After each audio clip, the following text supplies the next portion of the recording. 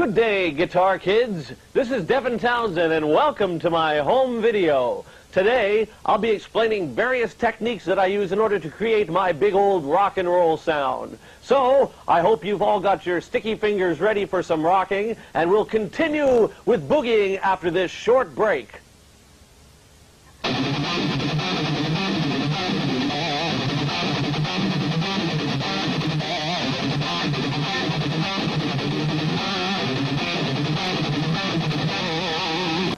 All right there, ladies and joims, here's the skinny. When I play my songs, I use a different tuning. The tuning is actually from a Led Zeppelin song called Friends, and it goes as follows. From the low string to the high string, C, G, C, G, C, E. I'll play the guitar, you tune to me. Together, we will rock. Ready? I am C.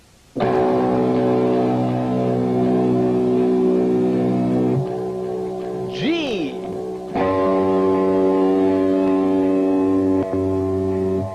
Another C.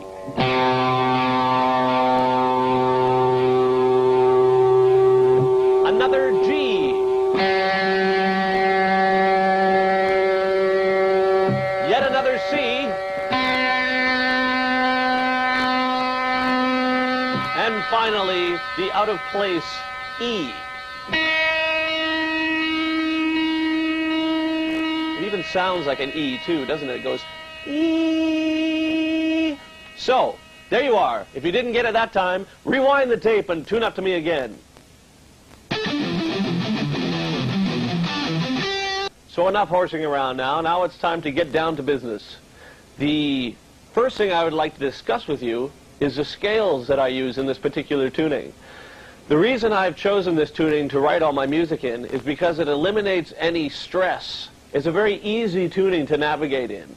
What I've done is I've created scales in order to solo in, and they all require the exact same fingering up and down the neck. The first scale I will show you is C major, and it happens up and down. Are you ready? Starting from the low string. Here we go.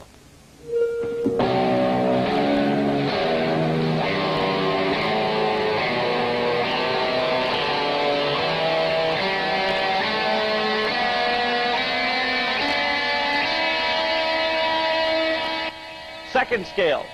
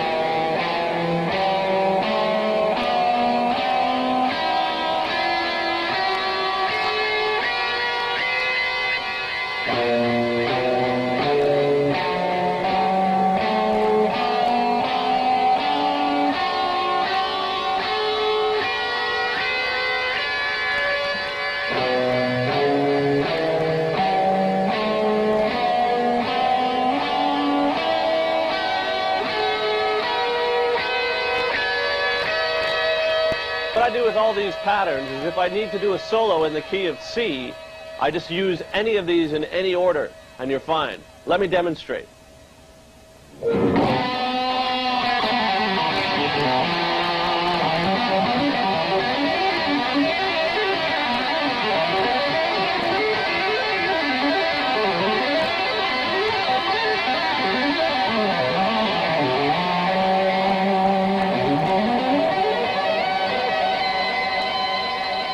The next thing I'd like to explain to you is a warm-up that I've used for the past couple of years. It's a very natural position for your hands to fall into in this tuning, and it works well all over the neck with all positions.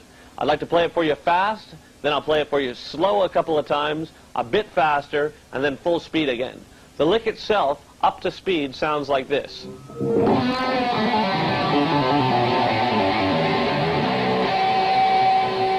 One more time.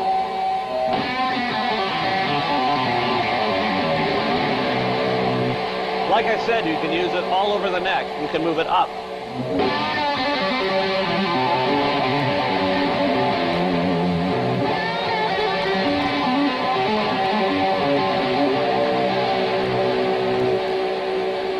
Slowly now, it sounds like this.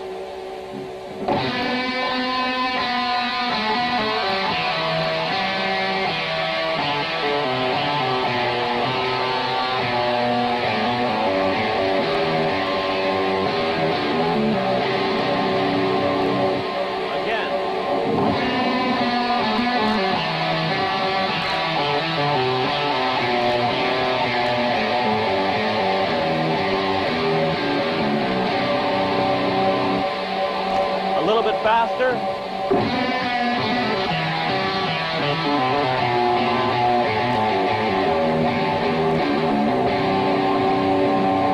Now up to speed again.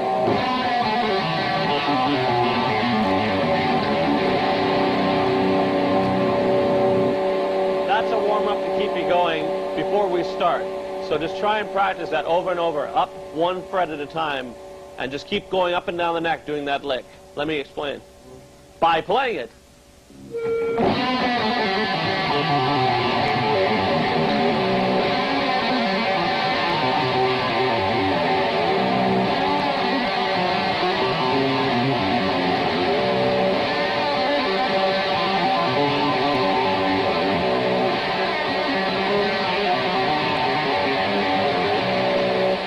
Up and down the neck.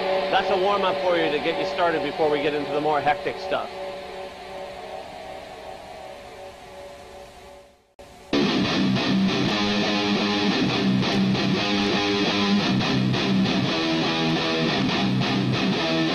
And now comes the time for my favorite topic. The topic is rhythm guitar. A lot of times rhythm guitar is overlooked in lieu of the lead guitar as not being very important. I've seen many people who can play very good lead but very poor rhythm. The idea behind my rhythm technique is I play very hard, I use hard picks, the triangular types,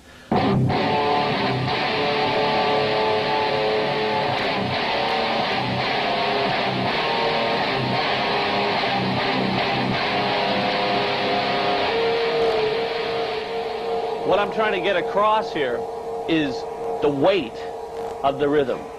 In order to play heavy, you have to have weight in your guitar playing. You can't play the rhythm like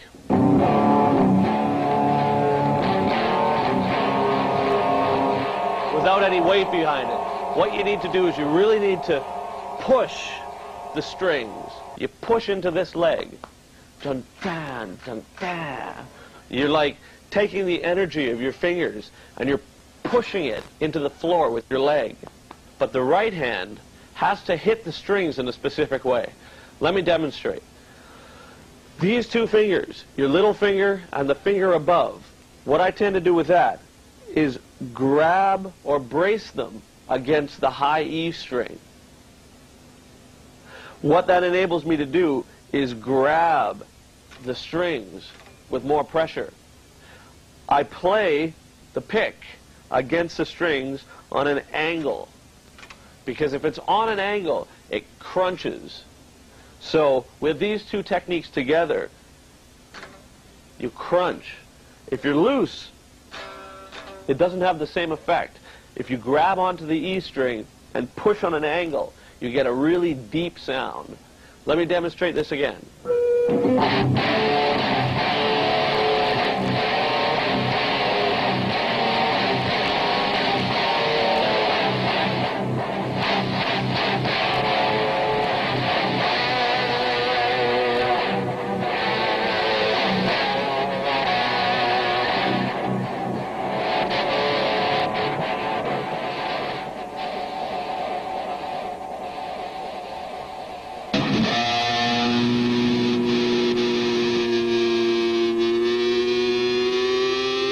As you've probably noticed from playing around in this tuning for a while now, it doesn't feel quite the same as standard tuning. The chords that you're probably used to using in the normal tuning just don't seem to work in this one.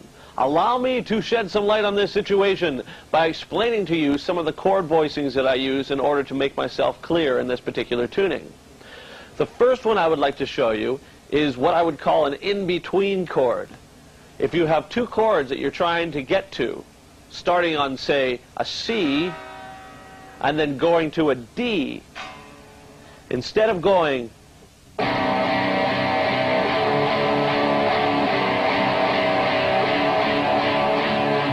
I use this chord in order to get between the two.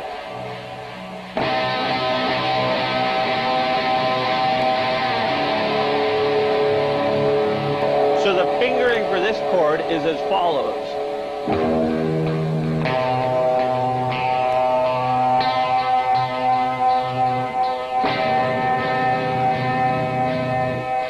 That chord works to get between two chords at all times. I'll show you how that works elsewhere up and down the neck.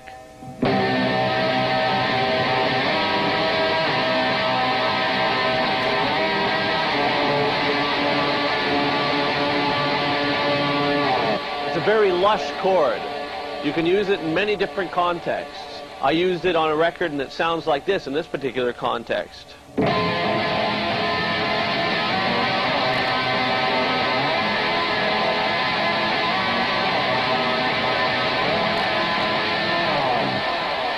What I've tried to accomplish with this tuning is I've tried to make the fingering for the chords as simple as possible, so you don't have to think too much when you're on stage. That's the first chord I'd like to show you. The second chord I'd like to show you is a very standard power chord position in regular tuning. However, when you play the regular finger positions in this tuning, you get a suspended second, and it sounds like this.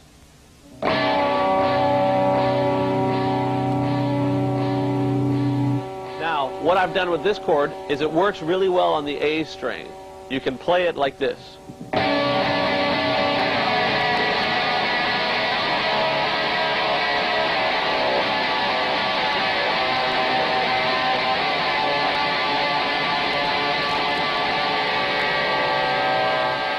That's a combination of those two chords. The best thing about this tuning, though, I would have to say, is the fact that you can play big chords with one finger. It's a C major tuning, so you can play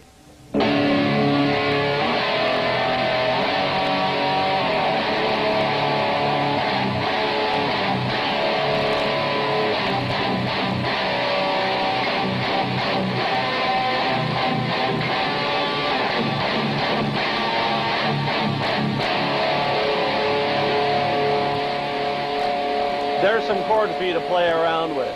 You'll notice as you play around that those three chords themselves will come in very handy for writing music.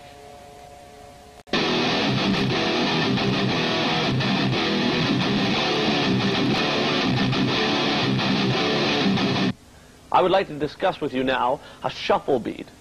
A lot of people get messed up when they start having to change from your basic 4/4 rhythm to a shuffle beat. I would like to explain to you a very easy way to learn how to do a shuffle beat. What I would suggest is that you start by using a metronome, or if you can't find a metronome, use your foot, and start to keep the time. And with your right hand, I want you to get back into using the guitar like you did when you were very young. When I was very young, my father taught me how to do a strum, and a strum is very important in order to learn how to do a shuffle. Now let me strum the strings here. Down, up, down, up, down, up, down, up, down, up, down, up, down, up, down, up, down, down, down, down, up, down, up, down, up, down, up, down, up, down, up, down, up. Now you want to be able to keep this going. This is a good exercise in order to learn what I'm going to teach you next.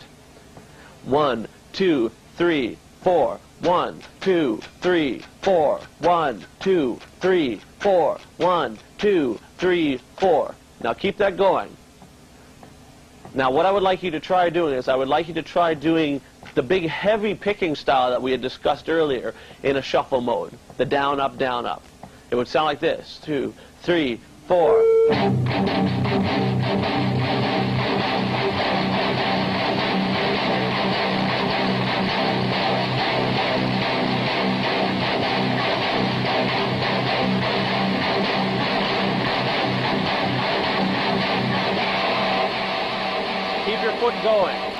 Don't mess up like I did.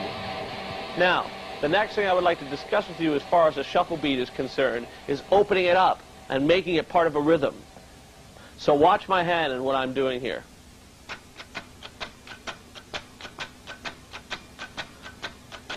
It's just very loose. All the action is moving from my wrist.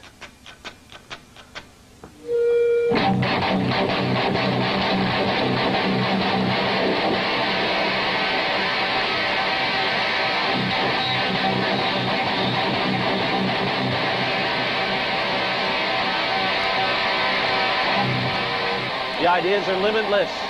Go! Learn how to shuffle and boogie on home, Big Daddy. This is my favorite guitar. I've had this buggy for a little while, and it's a Ronnie Wood model ESP Telecaster. Let's start with the pickup. All the pickups I use are the EMG 81s because they provide you a lot of crunch in the low end without breaking up.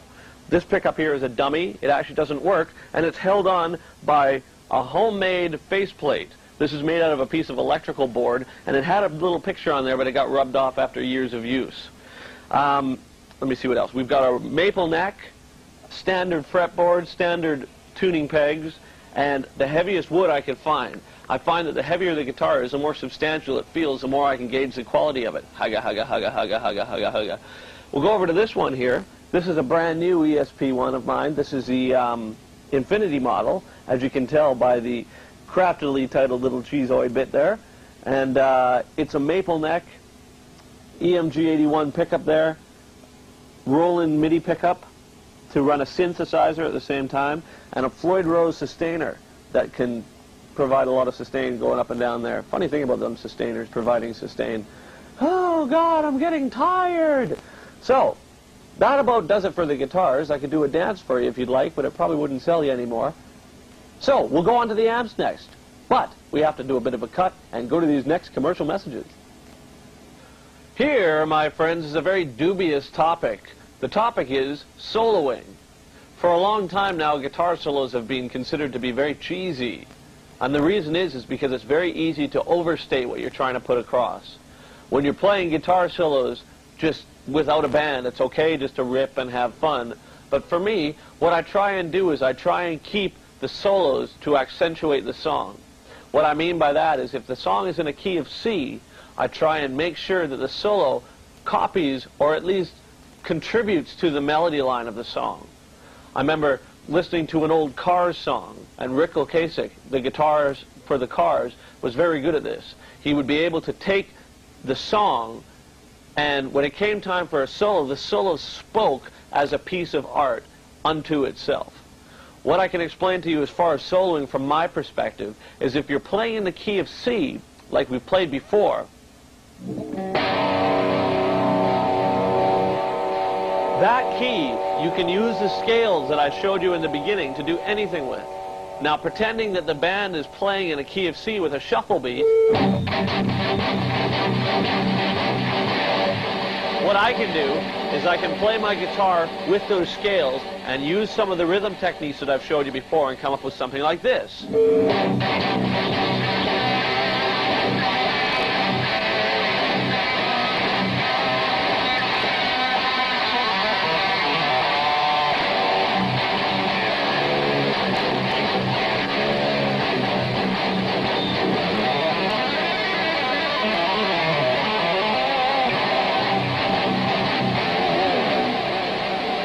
Idea here is to stay in key. For me, it's very important that the music all works together as a whole. When I play guitar, it's a very mental process for me. I don't think of it in terms of technique. I don't think of it in terms of how fast I can play. I think of it in terms of music. And music for me comes from everywhere. You have to listen to your head. That's the most important key that I can tell you, is listen to the music that's already playing in your head. Close your eyes if you have to. Keep your foot going, but just listen to what you're doing. For example,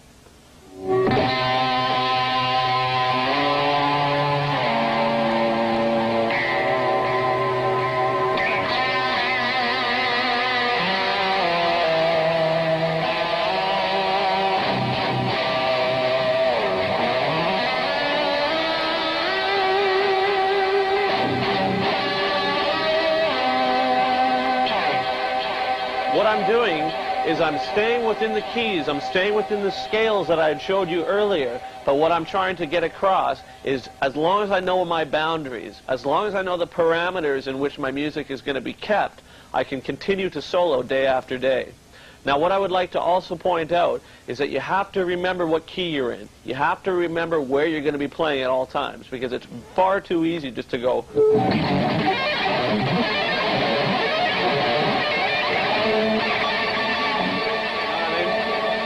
It happens so many times that you see people just doing it for the sake of it. For me, a solo should speak like a vocal. The guitar should be just like your voice. It should speak, it should sing, it should all come out of your head through your hands. In the next section, I'll show you some of my soloing techniques that might help you play a little bit faster, and towards the end of the video, we'll all start putting it all together so we can start making music with the guitar.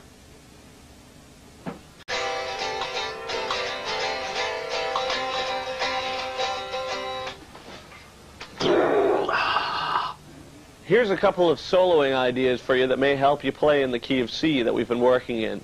Now, what I've tried to do here is I've tried to keep all the little licks and things that I'm doing for you in the same scales that we've been learning all the way through the video. I'll play this one fast for you, then slower, and then we'll work it all in up to speed. Sounds like this.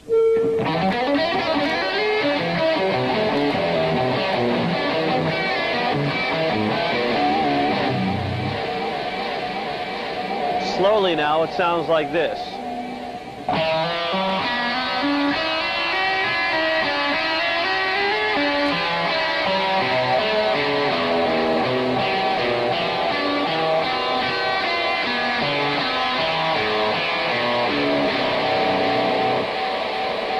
What you'll notice with this is it's all from the scales that we had worked before. This one here is our fourth position. I'm just selecting notes from there and playing them randomly. This next one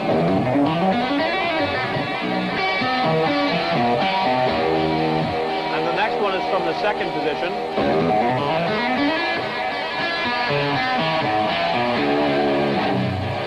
So what is ending up happening is we're using the scales that we already know in different ways so we can continuously create new music.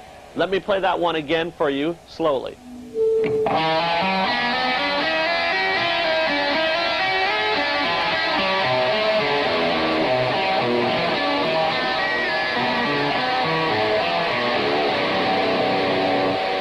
A bit faster.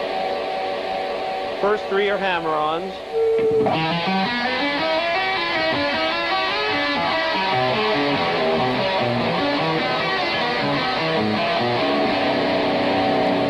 Now up to speed.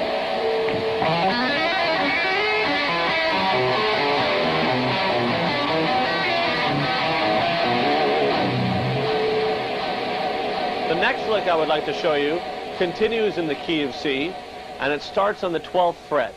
This one is basically just an ascending run, starting in the major key of C on the 12th.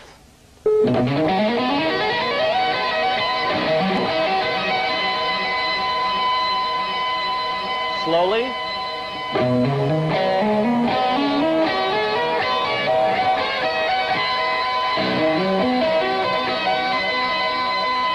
A little bit faster.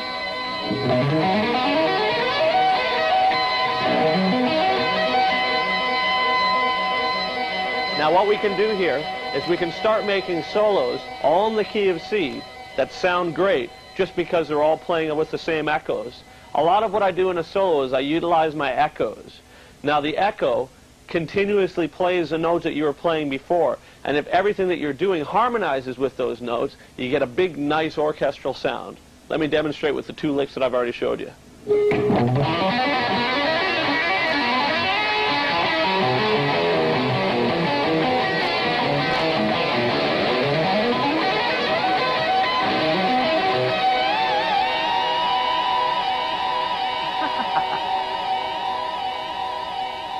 While we're on the topic of me being a whore, let me just explain to you what I use for my amplification. First off, everybody look at the PV5150, Mr. Eddie Van Halen's choice. The preamp I use on the lead channel at about 7, the low at about 6.5, mid, none. Who needs any of that mid? Not I. The high at about 3.5. Post gain, there's your volume wherever you want it to be. Your resonance at about 7 and your presence at about 5.5. I run this with an AB box to a Roland GP100 in which I use all my echo and chorus and all my flangey poops. And that keeps it all going in there from that. Keeps it all going in there from that. It's been a long day and this is what we use. What do you think of that? Next part we talk about you. What are you doing tonight? Hey, you're looking good. Well, I've been sitting here for a couple hours, and let me tell you, my buns are sore.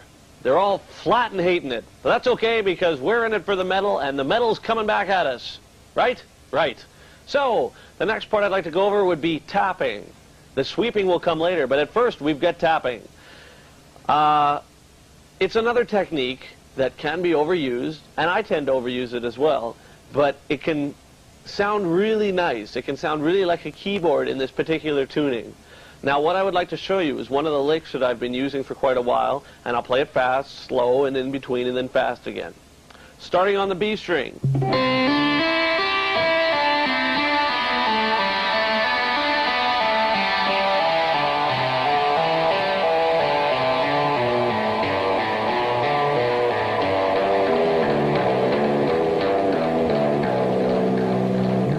Up to speed, it sounds like this.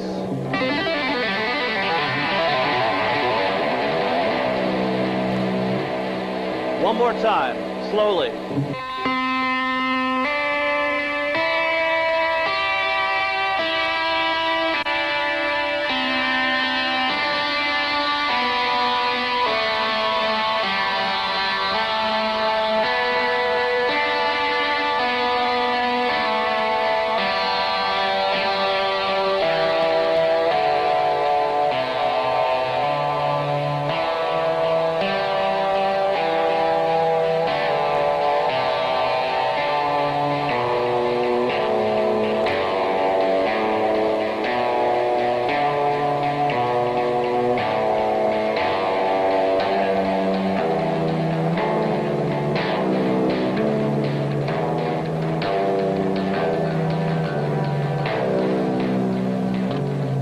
A little bit faster now.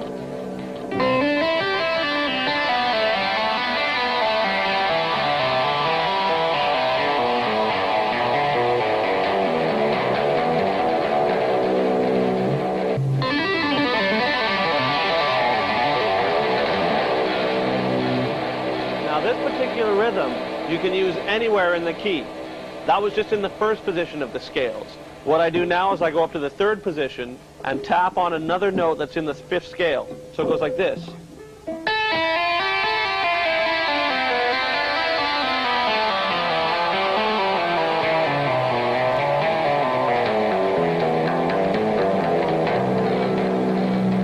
Or you can do it up to this one.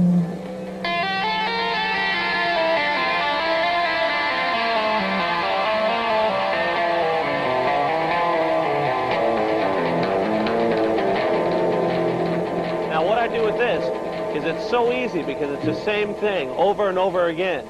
Now what I can do is I can go up and down the neck with this, and it sounds like I'm doing something really intricate, when in actual fact I'm doing really, really lazy riffs. Sounds like this.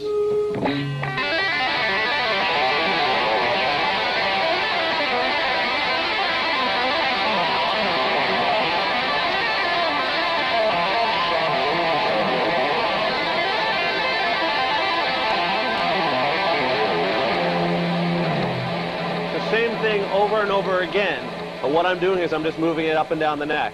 Now we can start incorporating everything we've learned so far as soloing goes, and we get something like this.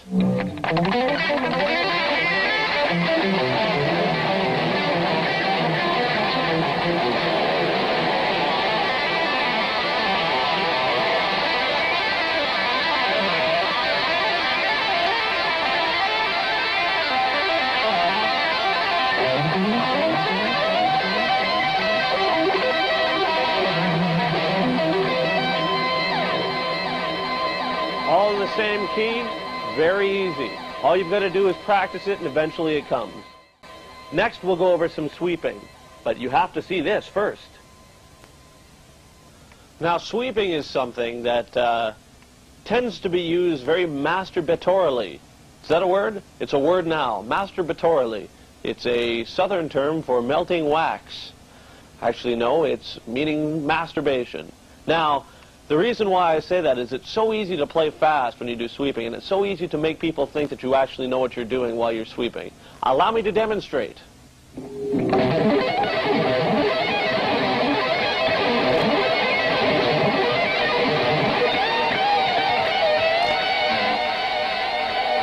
It sounds like I'm doing something really intricate, when in fact I'm doing something very simple. The lick that I'm going to show you is from a song on the Infinity record entitled Ants. Now, it's a very simple lick, but sped up, it sounds very nice. Allow me to show you what it sounds like sped up. Here it is.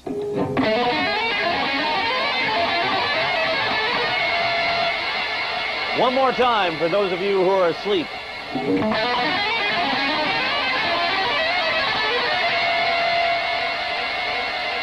Now, slowing that bugger down, take a look at the left hand first. It plays groups of 3. Now, it's very simple how this works. I'll play each note separately, picked.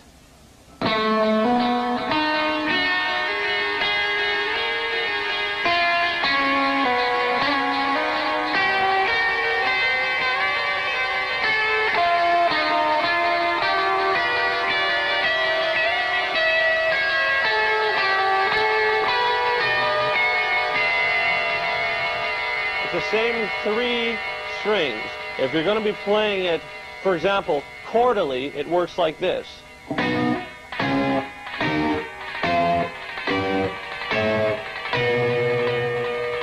All 3 notes. Now, what I'm doing in the beginning is you pick the first one, hammer onto the second one, and then you do a sweep from the top 3 strings. So again. And then hammer on the top one. And pick it on an up pick on the way down. So just practice that a couple of times.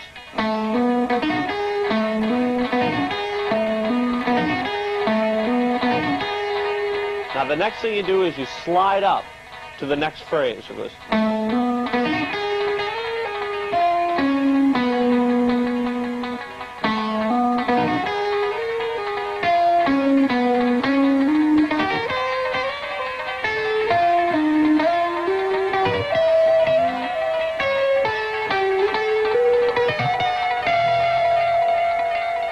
That's how it works, over and over.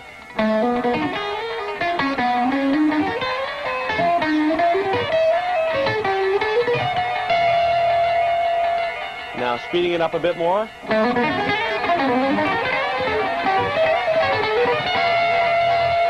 And now finally up to speed.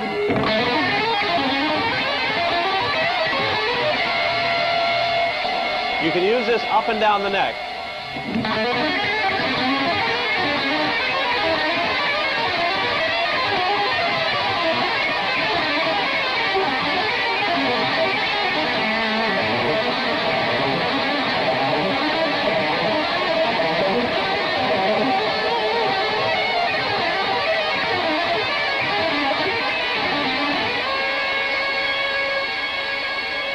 It's a fairly tasteless lick, but it's a lot of fun to play. Now that's how the sweeping goes with this one. You sweep the top 3 strings. Now another sweeping exercise I tend to use a lot is the all 6 string sweep. Now what this actually comes from is it's a derivative of a major chord in tuning that is normal, A440. Starting in A, or in this case whatever that ends up being, I have no idea. 5th fret. 5, 9, 7, 7, 6, 5, 5, 9. Like a major chord, like this. And you go.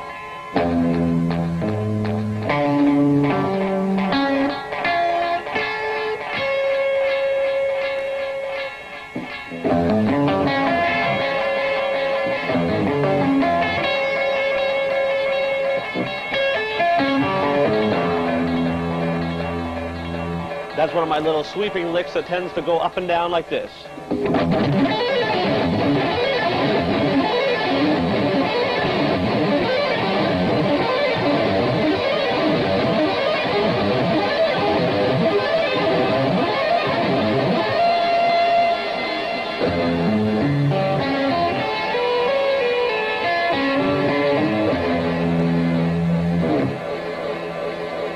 There you go. Some fun licks for your listening pleasure.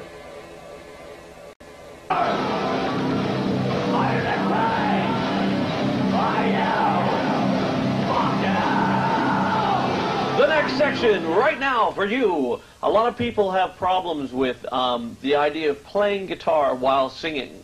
Now, I've come up with a sort of a technique here that I can use to teach you how to do this. It requires a lot of counting, and it also requires a lot of mental preparation. I'm going to play the part as it will sound when we're finished, and then we'll start to dissect it and figure out exactly what it is that makes it tick. It would sound like this.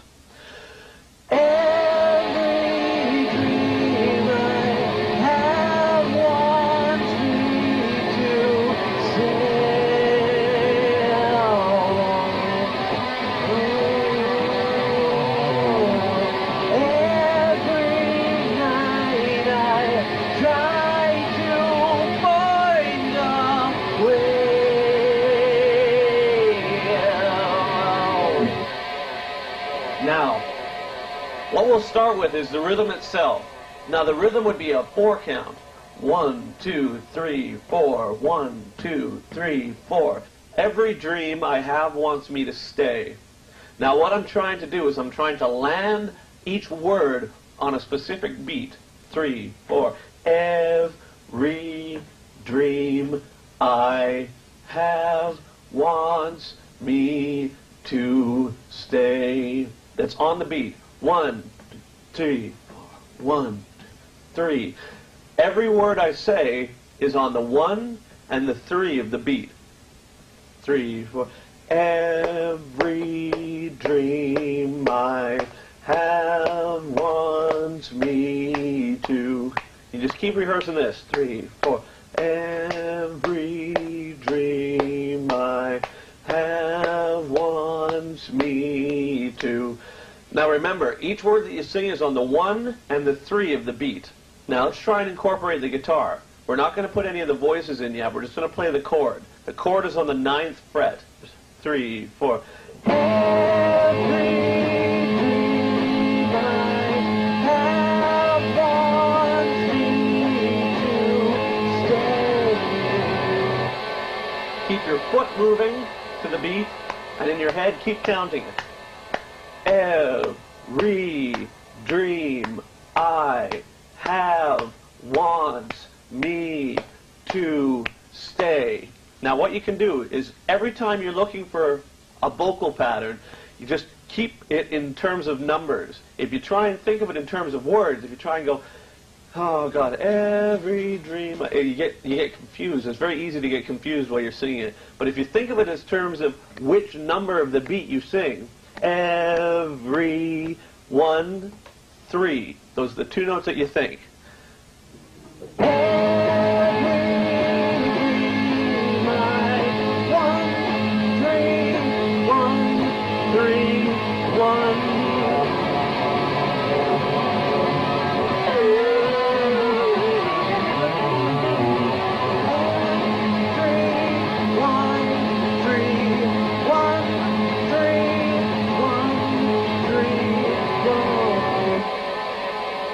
Every time I put a song together, when I sing it in the studio, I think in terms of how the vocals go. But as soon as I take it into a live situation, I have to tear the song apart and isolate which note the vocals go on.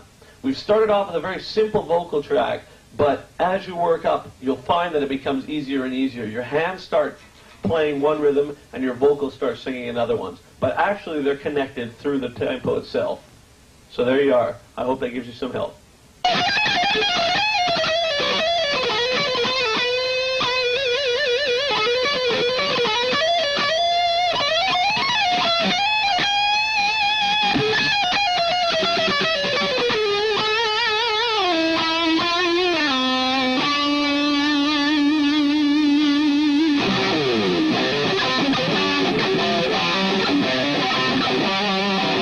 think that this is what concludes my video, and I'd like to thank all of you who purchased this, or anybody who's got some insight from it. I certainly don't claim to be a wonderful guitar player, but I can get my point across, and I think that's probably the most important part about being a musician. If you can use any of this, please remember that it's all for the purpose of making beautiful noise. And I thank you again. Domo arigato gozaimasu. How's that? Is that okay? Thank you. I'll see you next time. Sayonara.